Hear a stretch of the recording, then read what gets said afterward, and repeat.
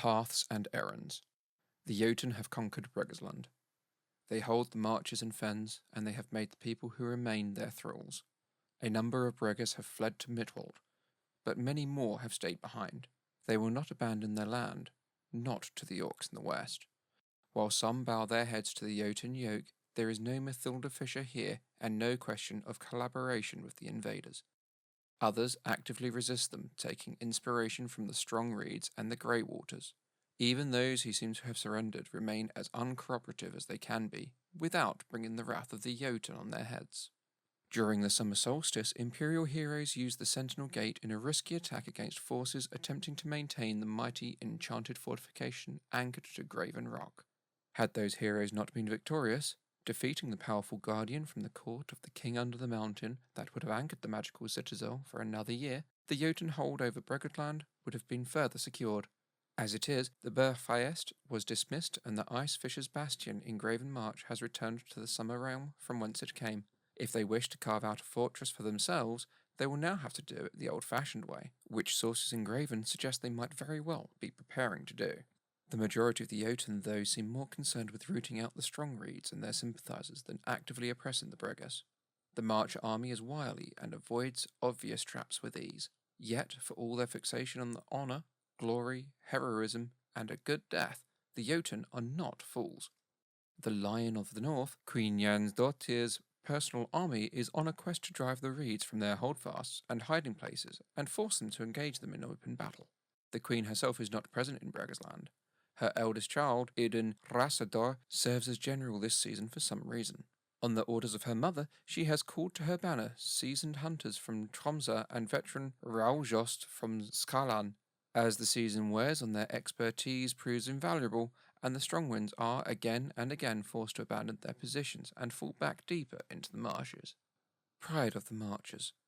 While the Lion of the North focuses on finding the March army, two other generals keep control of the Dower Fens. The Stoic Tower of the North, under the banners of the granite-faced Dirun Stone Tower, work alongside the Fist of Ulven to strengthen the borders here.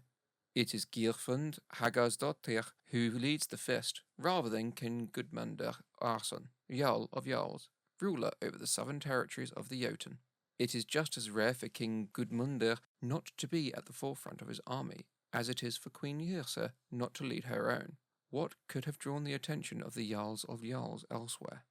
One of the challenges facing Geirfund Hagarsdottir comes from the unexpected source, keeping the Yagara champion Stephen of Sarkom on a short leash. The traitor of the Morn has always been angry, but it seems that since the death of Jarl Hakon and the loss of the world, his temper has worsened.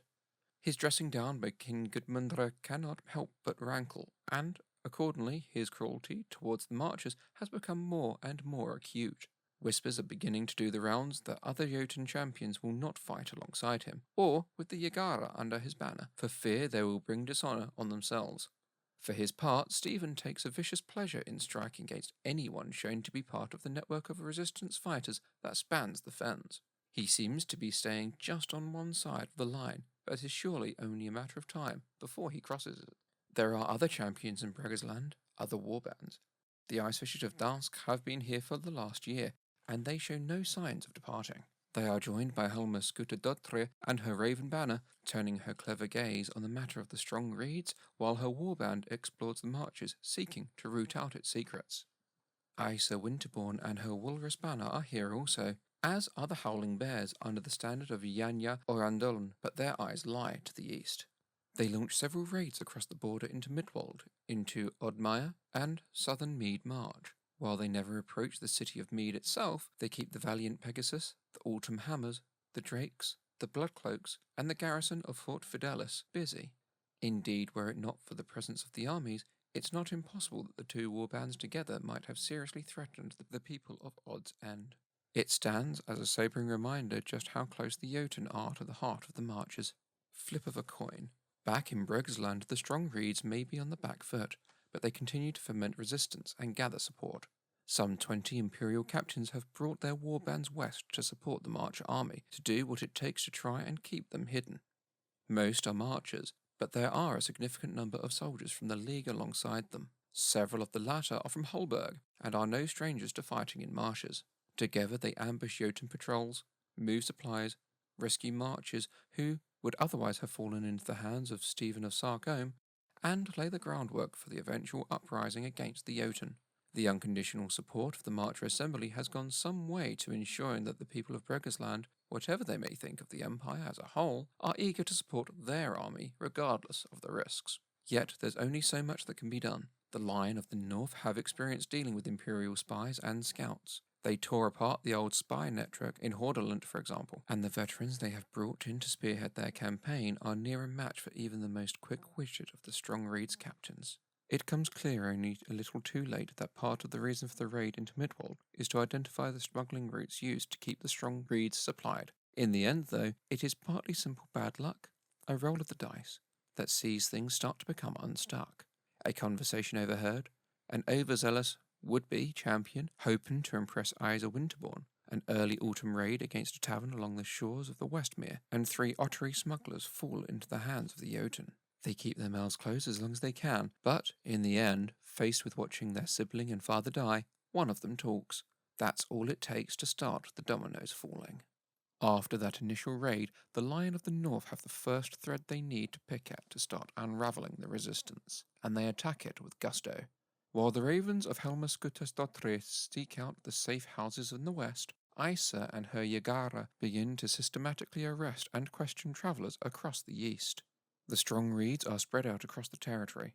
The bravest Bregus among them, as often as not, hide in plain sight, but many more must hide in a more conventional way. In part, it is the close, fierce ties of family that prove to be the undoing of the Bregas. When family and friends are threatened, it is only those with a heart of stone who can keep their silence, and keep their nerve. The hidden pattern begins to be exposed, supply drops identified and raided, holdfasts attacked, sympathizers isolated or carefully watched, messengers intercepted. The situation is grim, but all is not lost.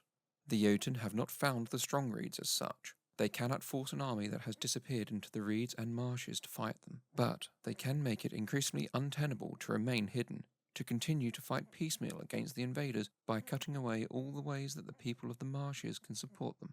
Yet there's many a slip between cup and lip, as the old proverb goes. The Jotun would be wise not to celebrate their victory prematurely. The marshes have a long history of surprising their enemies after all. Game information. The Strong Reeds are vulnerable to the Jotun. Escaping the territory will be costly. Remaining may also prove costly. The Jotun remain in control of Bregisland. The magical fortification anchored to Graven Rock has not been renewed, although there are signs that the ice fishers of Dansk may be preparing to build a more mundane fortification in the only bit of dry land in the Bregisland. The presence of 4 armies supporting the fortification in Midwold has meant that raids by Jotun champions have been unsuccessful in causing any significant damage or seizing any wealth from the territory.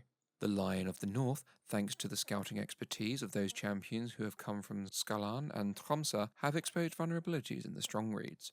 At the moment, they are still mostly hidden, but the Jotun have begun to exploit their weaknesses, and the situation could become dire. The orders the general issues after the autumn equinox will be crucial. If the general orders the army to leave the territory, then they will struggle to do so without alerting the Jotun as to what is happening. The Western barbarians will not be able to prevent them leaving, but in the process the Strong Reeds will suffer 1,000 casualties at the hands of the Jotun, provided at least one barbarian army is still in the territory. This represents not only pitched fighting among the eastern regions of Bregisland, but also the risk of small groups being lost or trapped in the territory, unable to get out. These casualties cannot be mitigated by rivers of life, nor by army orders. However, night magic, such as Host of Shadows, a non-imperial ritual, may prove effective in helping the army avoid these casualties. If a ritual of that nature is cast on the army, it will suffer only 500 casualties as it leaves Bregisland. Should the general issue an attacking order, then the usual rules of the military campaign apply. Finally, the general could choose to order the Strong Reeds to continue to lay low in Bregisland. Rather than suffering no casualties, as long as the Jotun armies remain in the territory, the army will suffer 500 casualties each downtime. Again, magical effects such as Rivers of Life won't change this. Many of the casualties are captured rather than killed in battle, for example. But again, there may be ways to ameliorate those losses. Likewise, without additional effort, no more seasons of lay low will count for the rise up order unless the heroes of Anvil intervene one way or another. This situation will persist until something significant changes in Bregersland, and as long as the Jotun remain control of the territory. Participation. Characters whose military units supported the strong reeds may partake of a form of spiritual inspiration. Accessing this inspiration requires an anointing of either loyalty or pride. The inspiration is stronger for marcher characters, but people from other nations still receive a benefit. Military units who supported the strong reeds as they upheld their oath towards the people of the Dower Fens may receive a special benefit. The Empire has taken steps on several battles to bolster the pride and loyalty of the Marcher armies and the Bregers people. The inspiration these acts provide should not be underestimated. Any Marcher character whose military unit supported the strong reeds this season may experience that inspiration if it suits their characterization. If they receive an anointing of loyalty or pride from a fellow Marcher, they receive a bonus hero point during the autumn equinox. This bonus increases their maximum number of hero points for the duration of the summit. Any character who is not a Marcher may also receive a benefit, provided it is a Marcher priest who leads the ceremony, but it is less intense. Instead of an increase to their maximum hero points for the summit, they receive a single temporary hero point which is lost once it is used, provided they have an appropriate anointing. In the event that a character loses or changes their anointing of pride or loyalty, the bonus hero point is lost and can't be regained again. Battle opportunity. How will they rise up? The Imperial prognosticators have identified a major conjunction of the Sentinel Gate that leads to Bregersland. The Imperial prognosticators have identified a major conjunction of the Sentinel Gate during the autumn equinox that will allow Imperial heroes to venture into Bregersland. It will present an opportunity to confront the Jotun who are rooting out the strong reeds and allow the Empire to mitigate the impact on the strong reeds if they take the battle and are successful.